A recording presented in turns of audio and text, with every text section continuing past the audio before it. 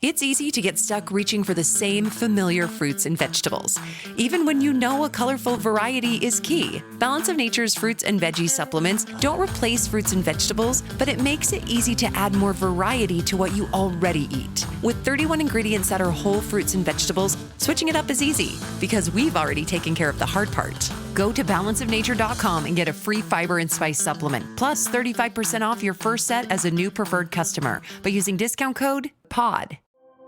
I turned off news altogether. I hate to say it, but I don't trust much of anything. It's the rage bait. It feels like it's trying to divide people.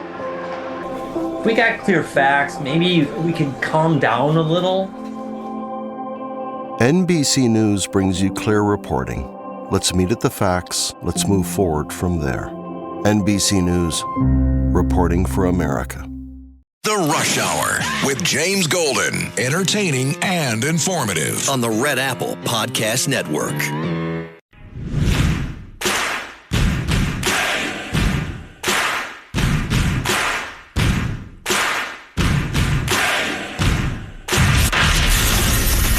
Attention Ditto Heads. I'm in the fast lane. Attention Bo Scouts. Goes by the pseudonym Bo Snerdley. It's time for the soul of excellence. He is a radio host here in New York. The Rush Hour is on the air. Rush. Now here's James Golden. The Trump administration says they're trying to ease the strain on 13,000 air traffic controllers, but some critics argue it's just a move to pressure Democrats to reopen the government as the shutdown reaches day 38. This as more than 60,000 TSA agents are also working without pay. These essential workers forced to decide if they can even afford to keep showing up on the job. This is the little bit that is in here. This is enough to hold over for maybe another week. The fridge is pretty much empty. Maggie Sabatino is a lead TSA agent in Philadelphia and a mother of two. We were told if you call in sick, you have to provide medical documentation. When I call out, I tell them the truth. Can't afford child care. Bernie is one of the fathers of Obamacare, which has been an unmitigated disaster. Now he wants to extend it and put more money into it, which will be like just putting a fresh coat of paint on rotten wood. Number two, look, I really don't hate anybody, and I like Senator Sanders, but he's a light that attracts a lot of strange moths. And one of them just got elected to be mayor of New York. And Bernie is a socialist. But the socialists and the Democratic Party are in charge. Yes, my friends. It was promised yesterday, and here we are. Bo Snerdley's Rush Hour, fastest hour in American media with the Ness of all Nesses. She is in the house. Such a big week. We have elections. We have shutdowns. We have Obamacare. We have governor's races. We have Senate races. We have attorney generals elected who want to kill Republican babies and their parents. We have all kind of stuff going on. And the Ness hasn't weighed in this week. She's going to be with us tomorrow, too. Her Royal Highness is in the house. This is upstairs and downstairs. I'm downstairs. She's upstairs. Princess Di is here. Oh, my goodness. James, how are you doing? I'm downstairs, and it's cold. And I'm overwhelmed with the news. Tell me what's overwhelming to you. It's so much stuff, so much BS that it takes shovel upon shovel to, especially Princess. Too much. It's too much. Okay, before we even start with the elections, it was Democrat election week, and they're still having it.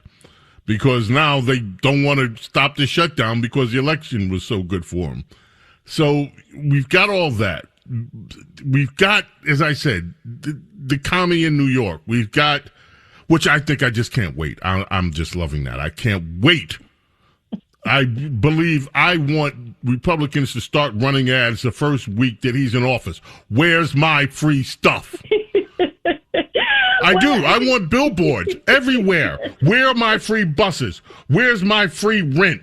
Where's my minimum wage? Start running ads the day this guy takes over. Okay, That's but the Mamdani stash. Yes. But before we even get to that, Chuck U. Schumer. Minority Leader Chuck U. Schumer today offered a plan to end the government shutdown, Princess Di.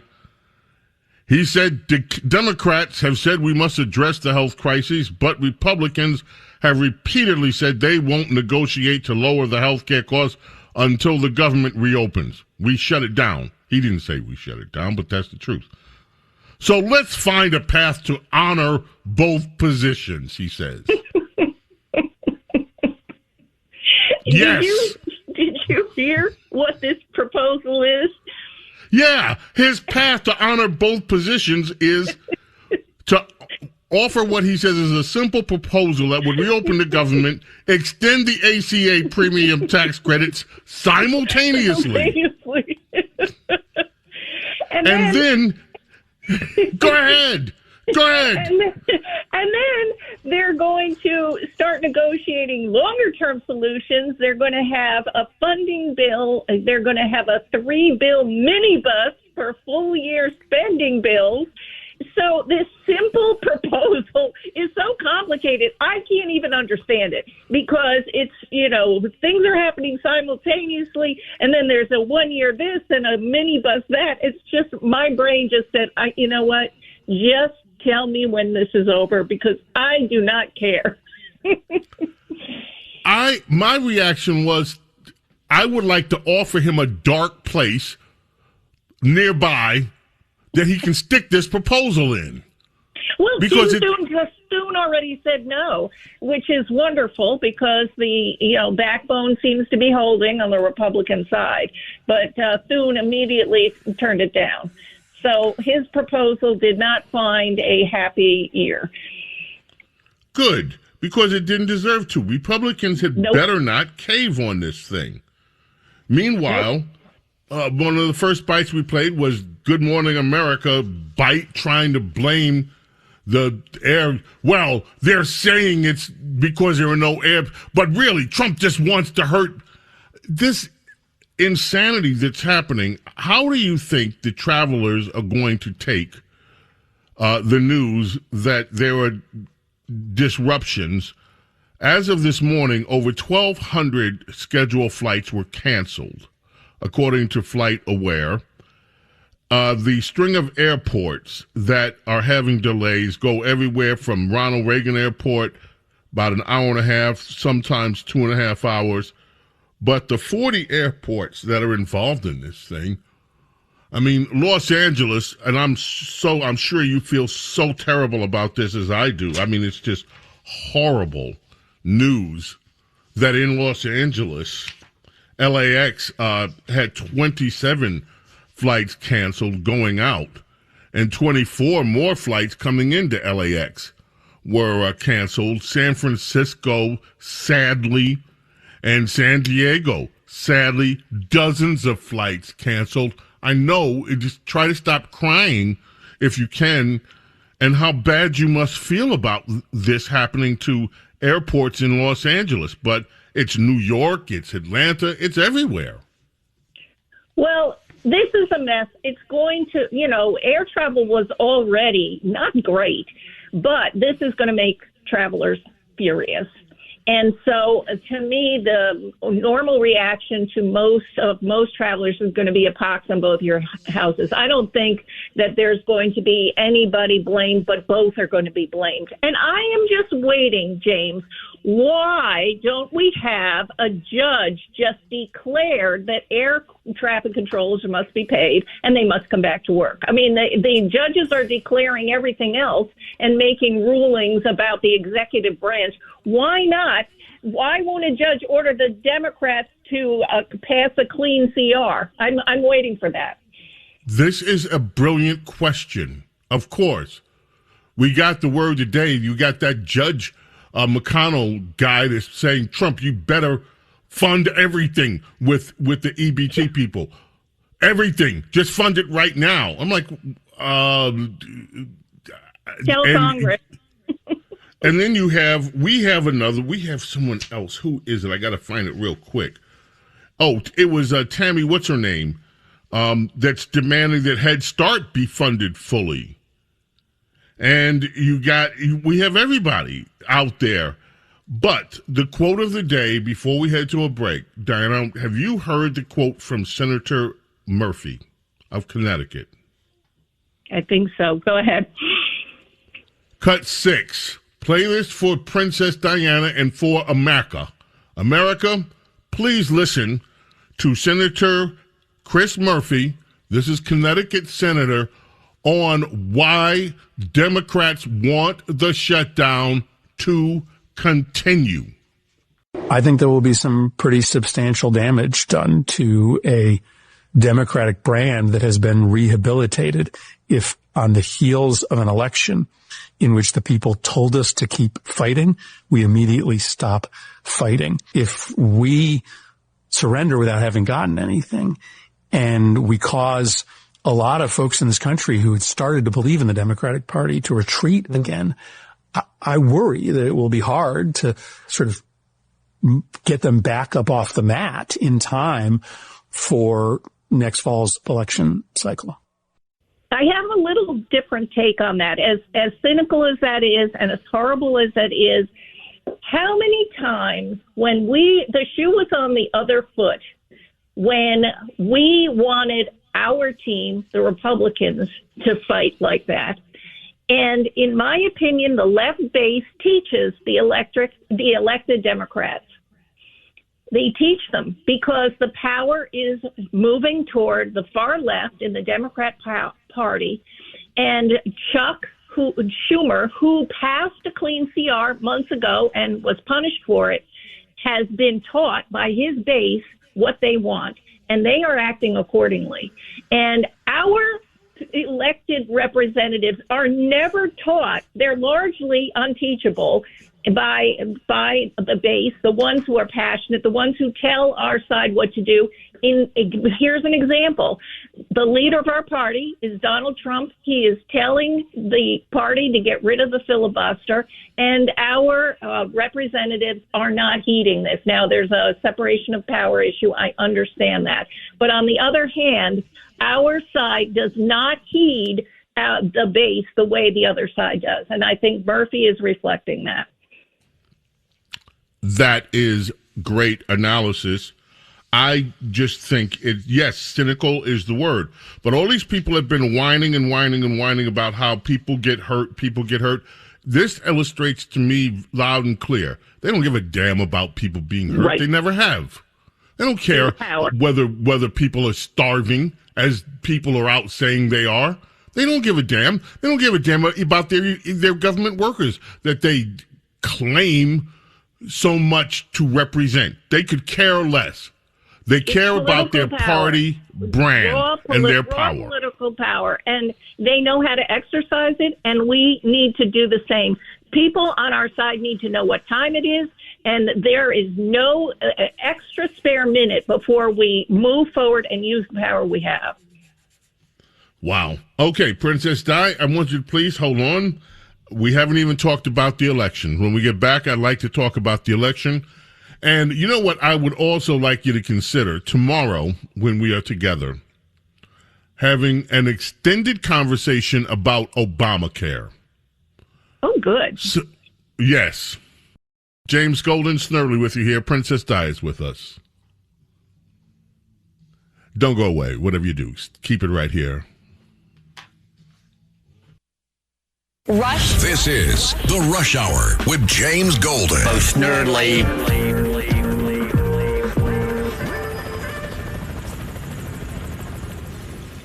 The Rush Hour with James Golden. Entertaining and informative. On the Red Apple Podcast Network.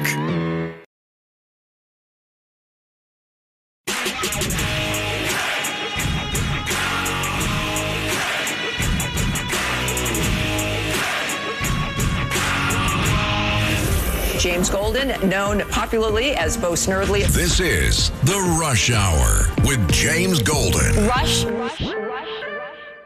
I think that there is no reason to surrender now, every reason to stand firm. That is the other senator from Connecticut, Stolen Valor, the guy who lied about his service record and still has the audacity to sit in the Senate of the United States, Richard Blumenthal.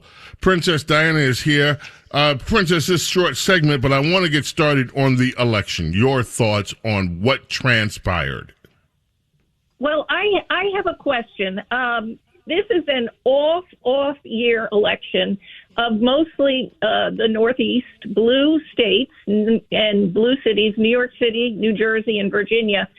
I'm sensing such disappointment on the Republican side, at least on the talking class, the pundits and all that. What did people expect? That's what I don't understand. It went exactly as you could predict, and it went exactly as the polls showed. There is nothing that has changed. However, it is a wake-up call in a way to the Republicans to remind them, which was true the last time, when Trump isn't on the ballot, the Republican Party is L-word, lame. The GOTV, the get out the vote operation is weak. And so this has got to focus attention for the midterms, because left on their own, the Republican Party is, without Trump, not forward-looking, forward-marching, and aggressive. And so that is a wake-up call to the rest of us to keep this in mind for the midterms. But as far as this past election, it went as anyone would have predicted. I think that the margins, were surprising. As I said the day after, I wasn't in despair. In fact, to be totally frank with you, as a political person, I'm quite excited about the possibilities that we have now to do some really aggressive messaging, especially in New York, of all places. I agree. New York is going to be New York. It's going to be New York. They're not going to... Yes. Let me ask you. You said you were surprised at the margins. We know the Democrat and the Party and the left has one message: anti-Trump. The energized opposition happened the first term. It was utterly predictable. That's all they have. And when you channel all your political energy into one idea, you're going to have huge turnout. And that is what happened the first term. Did we forget that? Interesting point. And I think the reason I was surprised in the margin, I'll get to this after we get from the break, is only because I did not know the population shift in New Jersey. I had expected that one to be closer. Once the numbers came out with population shift, I'm like, oh, that makes sense. Princess Di's here, folks. Don't go away. We're coming back. The Rush Hour with James Golden. Entertaining and informative. On the Red Apple Podcast Network.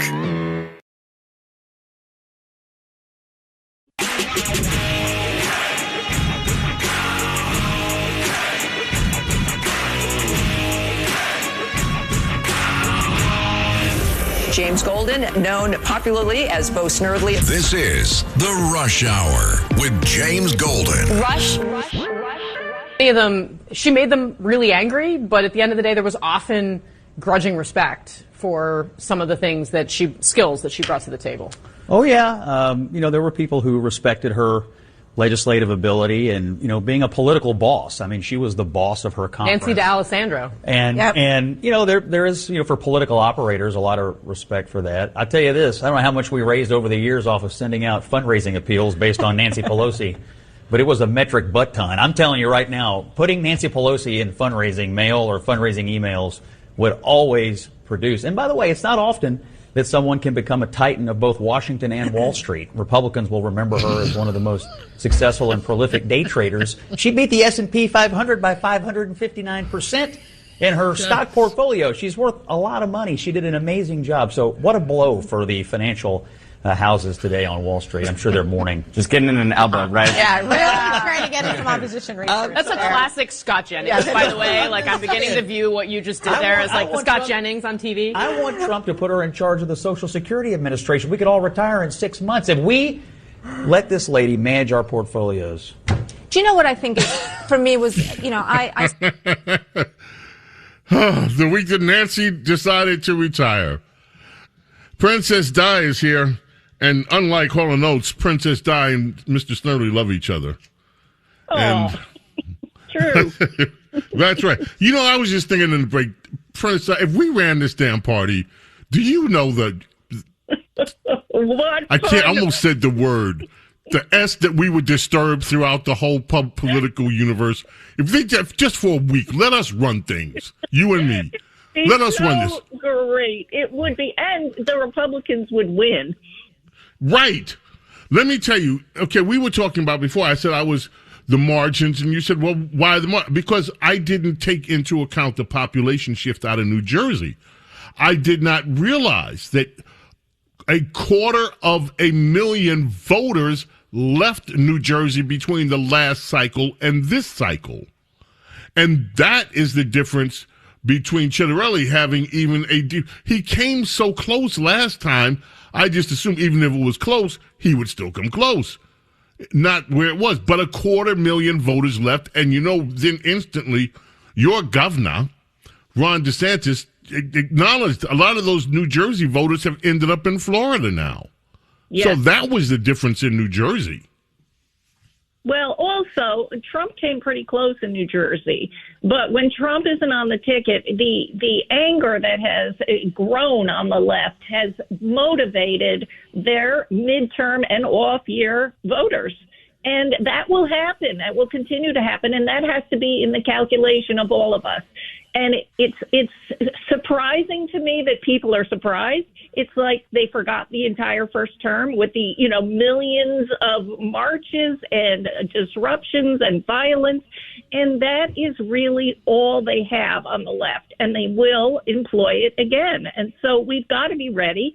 Trump, I think, understands exactly what he's up against for the midterm, because the minute that the Democrats take power in the House, then, his agenda is really going to be thwarted in a lot of ways, because he'll be impeached every week. So this midterm, and he has come up with a plan, which is to end the filibuster and juice his agenda, as I have said many times. We are in the window of panic before the agenda that he has implemented is felt by the voters. And so we have a few more months before we feel it. And right now people aren't feeling it. And I think, that is one of those things that has allowed, it's been a vacuum. The economy is still terrible. And there has been a vacuum of messaging. There has not been, what I have been saying is, hold on, it's coming. It is about to turn a corner. There has been none of that coming from the Republican Party. It's all like, everything is fine now, and they go back to their defaults of weakness. So to me, that is something to keep reminding people. The policies are about to kick in, I think, early part of next year. I always said it would take about a year. January, February, the economy will feel, and it's already starting, but people still aren't feeling it. So that is one warning. It's starting, the lead where it's starting is in energy, and people don't even notice that. They do, but they don't, because it's not touted as a big deal. And that is already starting to ripple up. Right, and that'll be huge. But housing is still the problem. Mortgage rates are still a problem. People don't. If there's a paralysis in the as I had mentioned on Saturday, the hope that people have of being able to move up, being able to do better, being able to get a nicer apartment or a nicer house. Everything is frozen right now. And until people feel that there is hope, there's a reason to keep working hard, there's a reason to keep that goal right in front of you, that to me is incredibly important. So things need to loosen up in that area. Now, one of the things that I would like to see happen, again, in this scenario, you and I are running things. One of my first proposals would be, and it's something that Donald Trump has talked about, but it hasn't happened full scale. I'll take you to Virginia. Aside from Winsome Sears not running the kind of campaign I thought that she should, put that aside for a minute. Aside from the fact that Virginia it can swing, but it mostly swings blue, unless you have an exceptional candidate. one of the things that I think it is imperative to do in Virginia and Maryland. Maryland is talking right now about redistricting the only Republican there out so that Republicans would have zero representation in Maryland. And Virginia, of course, has this amazing Fairfax County in it. Wealthy suburb built on government workers. If I could wave the magic wand of policy, instead of just talking about it, Princess Diana, I would immediately start to move some of the agencies in Washington, D.C. out into the hinterland. Amen.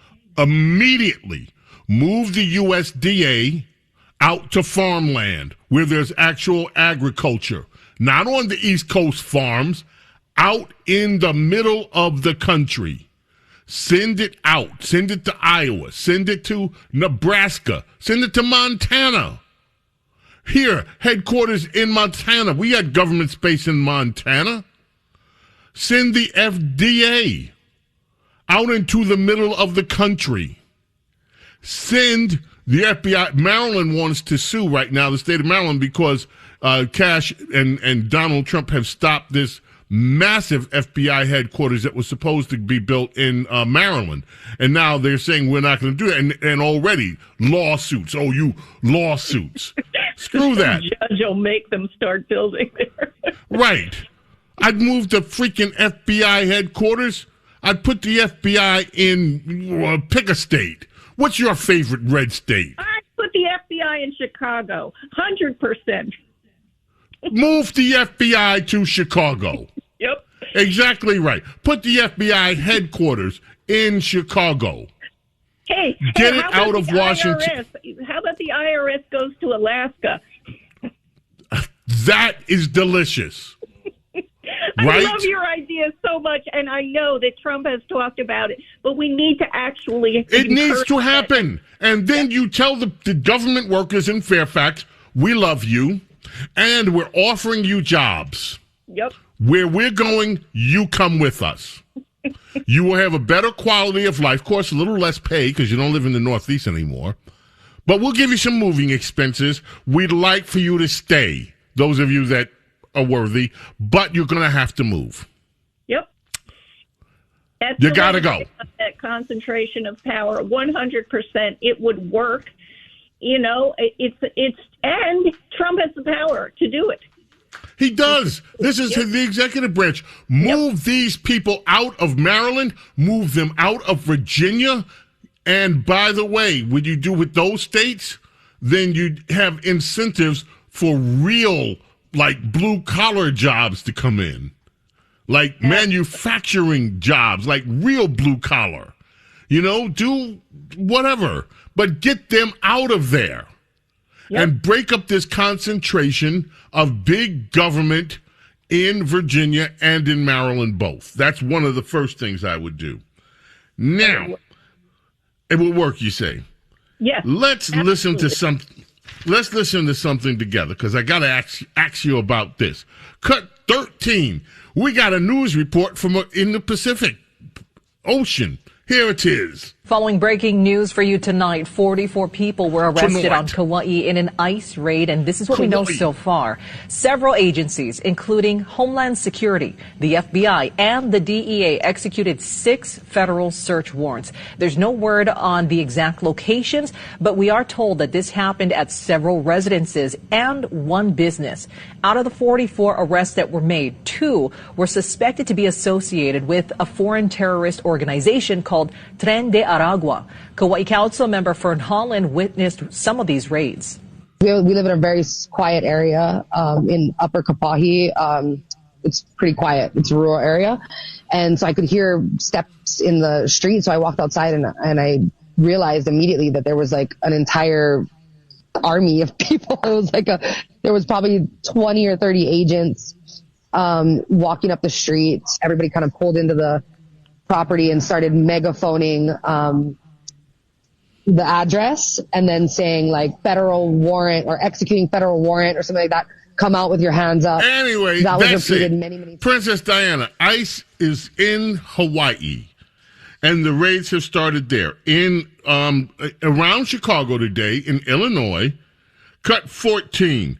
In Illinois today, in Broadview, at this ICE facility that liberals are trying to turn into the new Portland, this is what happened. Tanya, a group of 14 suburban moms, as they call themselves, were arrested a short time ago outside the Broadview ICE facility here after sitting in a circle blocking the middle of this road where Cook County Sheriff deputies, you can see, are standing right now as a symbol of civil disobedience. Take a look at this video. These are moms from across the western suburbs, they say, and they're demanding an end to the campaign of chaos. That's how they describe DHS's Operation Midway Blitz immigration enforcement.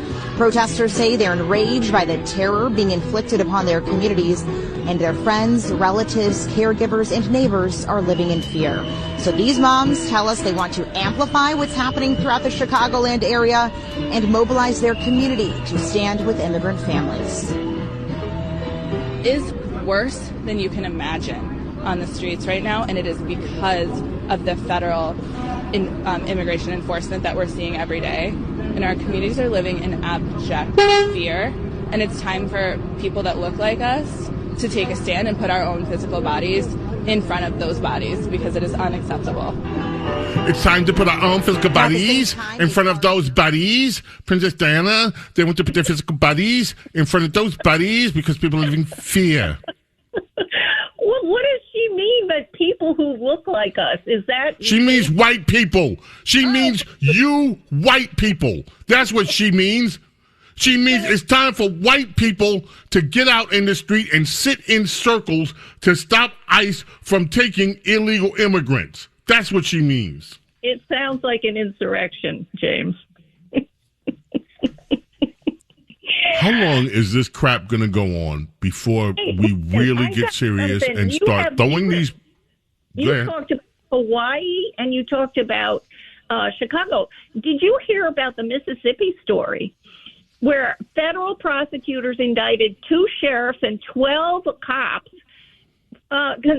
conspiracy to furnish armed security for Mexican cartel drug runners moving cocaine through the Mississippi Delta? Good Lord, Agnes. So the feds are on the march and they're on the move and they are doing what they need to do in all of these different places. And the corruption in a lot of these places is the problem, because you have lawless Democrats. I mean, not only the criminality and the constituents, but you have lawless Democrats in the government. And so a lot of these places are now feeling the brunt of law enforcement, as they should.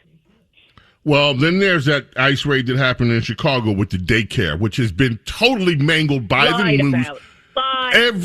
Lied out of their teeth about it. And we don't have time to play that one. Maybe we can talk about that tomorrow. But I have a whole list of stuff. I actually had to write down stuff I want to talk with you about tomorrow.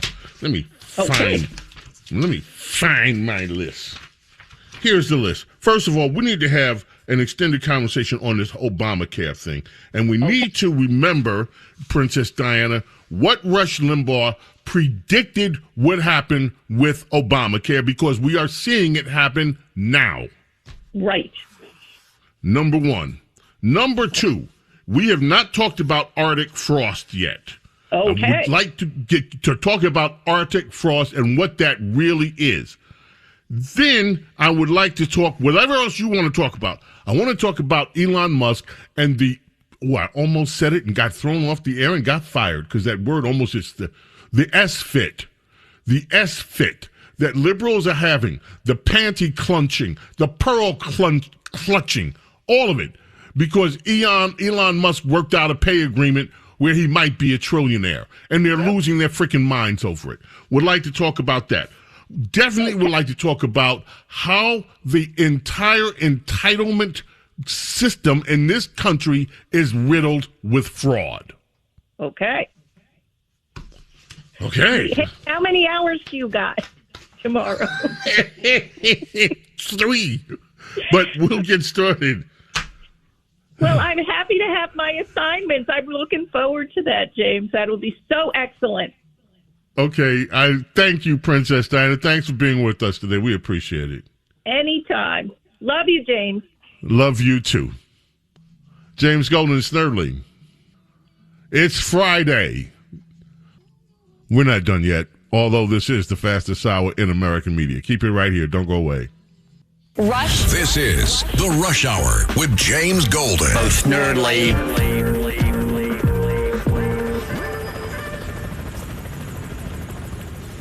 The Rush Hour with James Golden. Entertaining and informative. On the Red Apple Podcast Network.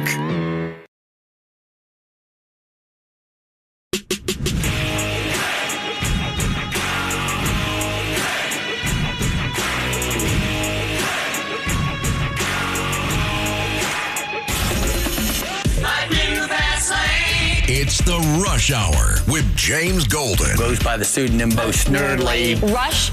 Now, here's James Golden.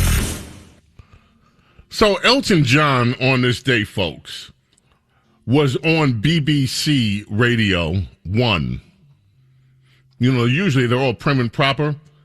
He kind of lit the show up. He started using words that they're not supposed to use, like the F-bomb. And apparently he called someone a wanker, which is not, and all that. On this, and that was on this day in 2004. And on this day in 1975, Elton was at number 1 on the album charts with his album Rock of the Westies. And on this day in 1967, Elton John and Bernie Taupin signed their first publishing deal. It had to be witnessed by their parents because they were under 21. We got to go. May God bless, protect each and every single one of you, your families, your loved ones. Love and gratitude, my friends, for your being here with me, allowing me to be with you. God willing, we're back in the morning, 7 a.m. Until then, my friends, I bid you adieu. Bye. Thanks for listening to Bo Snerdley's Rush Hour.